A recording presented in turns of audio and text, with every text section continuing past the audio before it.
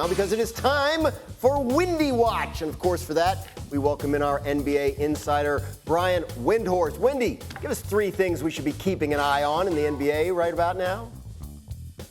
Well, Graz, you know this is NBA Cup quarterfinal day, and there's a big game tonight in Houston between the Warriors and Rockets. And one of the most important players to watch in the league right now, believe it or not, is Jonathan Kuminga. And the reason I say that is that the Warriors have been sniffing around making a star player transaction for almost a year now. And right now, they're basically making the final analysis on Jonathan Kuminga. Are they going to keep him or are they going to move him? Over the last 2 weeks, he's moved into the starting lineup. He's averaged 21 points and 5 rebounds and almost 50% shooting in those games. And let's see, this also could be termed as a showcase, depending. Now, who would they potentially be showcasing him for? That's a good question to ask. One of the most important names to watch between now and the February trade deadline isn't just Jonathan Kuminga, it's also Jimmy Butler down in Miami. Jimmy Butler is really, since last spring, when the Heat made it clear they were not going to extend his contract, we were probably headed for an ending of the ways between the Heat and Jimmy Butler. I wouldn't say it's a done deal yet, but I think teams are starting to kick the tires there and look and see what it might take, and the Warriors are one of them. The Warriors have been really active in trying to look for a star player. They kicked the tires on a couple other stars over the summer. And if Jimmy Butler is available and the Warriors feel like they need to upgrade, that could be. But who else is on their list, Roz?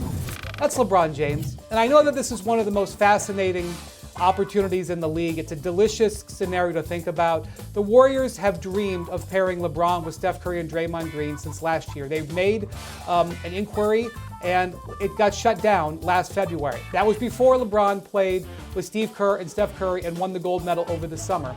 So they will definitely monitor the situation, and I don't think they do anything without knowing this door is locked. But I would just say with LeBron, it's up to him. He has a no-trade clause, and he has given no indication he wants the Lakers to do anything but upgrade the roster they've got, not that he wants to go anywhere. So how do they do that? How do the Lakers go about upgrading the roster to LeBron's satisfaction?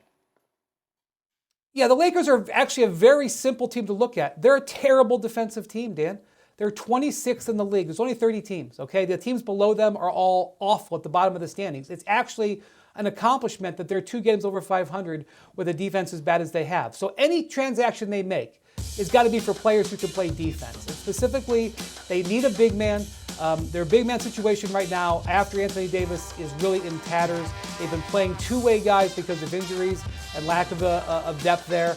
And then when I talk to executives in the league, they say when the Lakers have had conversations, they've actually been looking for a guard too. They're looking for a guard who can defend. They have D'Angelo Russell who could be used in a trade. And so they need defensive players. But, you know, I got to tell you, the Lakers have not made a significant transaction trade-wise in almost 2 years. So this is an old story with the same roster, basically achieving the same way.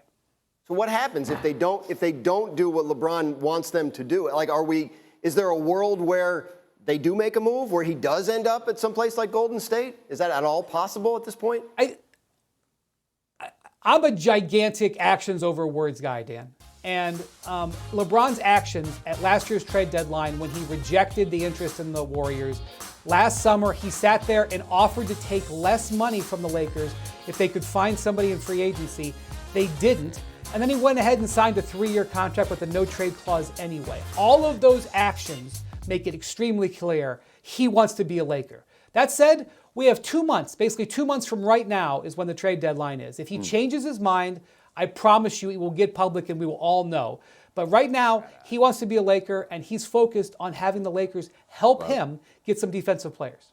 All right, well, that sounds good because it gives us license to continue asking you about it, and that will continue to be informative and fascinating. No problem. Windy, thanks so much.